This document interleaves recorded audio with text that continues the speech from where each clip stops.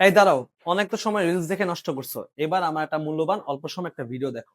তুমি পড়াশোনা করলেও কোচিং গুলোতে রেগুলার গেলেও তোমার রেজাল্ট কেন খারাপ হয় তার কারণটা আমি বলি। শুধুমাত্র এক্সাম খাতায় খারাপ পরীক্ষা দিলেই যে তোমার রেজাল্ট খারাপ হবে এরকম কিছু না, তার পিছনে দায়ী হচ্ছে তোমার বিগত 6 মাসের 4 মাসের দীর্ঘস্থায়ী পারফরমেন্স।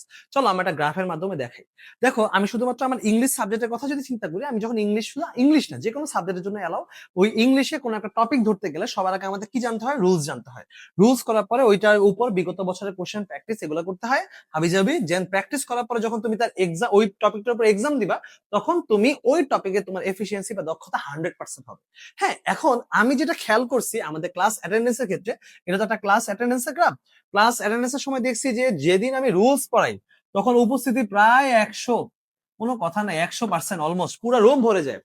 কিন্তু কেন বলতো? রুলস এর রিপোর্টটা আমি দিই, স্টুডেন্ট দেয় না, আমি দিই, আমি ধরে ধরে বুঝাই। কিন্তু যখন আমাদের রুলস কমপ্লিট হয় তারপরে যখন আমি প্র্যাকটিস করাই তখন থেকে ওমা উপস্থিতি অলমোস্ট 50% আসে না। বলতো কেন আসে না? কারণ ওই যে ওই চিন্তা করে যায় হ্যাঁ প্র্যাকটিস তো আমি বাসায় করি নেই, বাসায় তো পড়ি নেই, খালি আসলে গেলেই হলো না। ও যে বাসায় প্র্যাকটিস করে নেই, এখন স্যারের কাছে কেমনে প্রবলেম দেখাবে? এই জন্য 50% স্টুডেন্ট আসে না। এরপরে যখন আমি এক্সাম ডেটটা দিই ওই টপিকের, তখন দেখি হচ্ছে অ্যাটেন্ডেন্স অলমোস্ট কত পার্সেন্ট বলতো এক্সামের? 30%। তুমি বুঝতেছো? এই দেখো, ক্লাসে উপস্থিত ছিল হচ্ছে 100% বাচ্চারা, কিন্তু শেষ পর্যন্ত সব টপিক শেষ করে সবগুলো ধাপ শেষ করে এক্সাম দিল কত পার্সেন্ট? 30%। এই দেখো, এই যে ডাউনফলটা আমরা দেখতে পাচ্ছি না, এই ডাউনফলটা আমাদের বাংলাদেশের পরীক্ষার বাস্তব চিত্র। কিরকম? বাংলাদেশে পরীক্ষা দেয় 18 লাখ, ভালো করে কয়জন? 70-80 হাজার, কখনো 90 হাজার, কখনো 30 হাজার।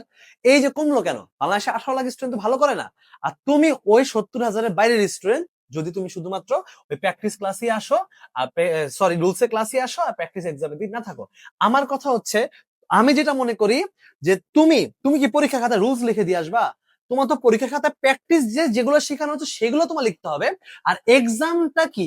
এক্সামটা হচ্ছে একটা শ্যাডো, মেইন পরীক্ষার একটা ছায়া।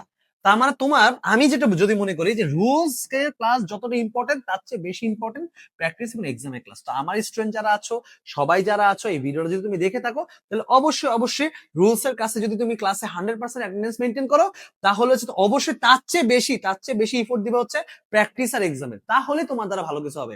বাংলাদেশের যত সফল শিক্ষার্থী আছে যারা ভালো জায়গায় আছে, তাদেরকে জিজ্ঞেস করো, তারা সবাই বলছে যে রুলস, প্র্যাকটিস, এক্সাম, এই এই তিনটা জিনিস যে টপিকের উপর আছে এই টপিকে তুমি দক্ষ হইতে পারবা। কিন্তু শুধু রুলস পারে, আয় হ্যাঁ রুলসে যা হয়ে গেছে, কিন্তু প্র্যাকটিস নেই, অ্যাপ্লাই নেই। খালি নলেজ থাকলে হবে? অ্যাপ্লাই করতে হবে না? রুলস এন্ড অ্যাপ্লাই, যে কোনো কিছু অ্যাপ্লাই করলে তুমি জিনিসটা তোমার মাথায় ঢুকবে। তুমি যখন রুলস পড়তেছো তখন তুমি স্টিল না একজন স্টুডেন্ট, যখন তুমি প্র্যাকটিস এবং এক্সাম দিচ্ছ তখন তুমি ওই টপিকটা টিচার হয়ে যাবে। বুঝতে পারছো? তাই এই যে একটা মানে আমি এই জন্য নাম দিচ্ছি পড়াশোনা করে ধ্বংস হওয়ার গ্রাফ। তোমার তো ধ্বংস হওয়া যাবে না, এই জন্য তোমার যে কোনো একটা টপিকের ঠিক শুধু রুলসে আটকাই গেলে হবে না, প্র্যাকটিস এক্সাম এই শেষে আইসা জিনিসটা ক্লোজ করতে হবে। বুঝতে পারছো?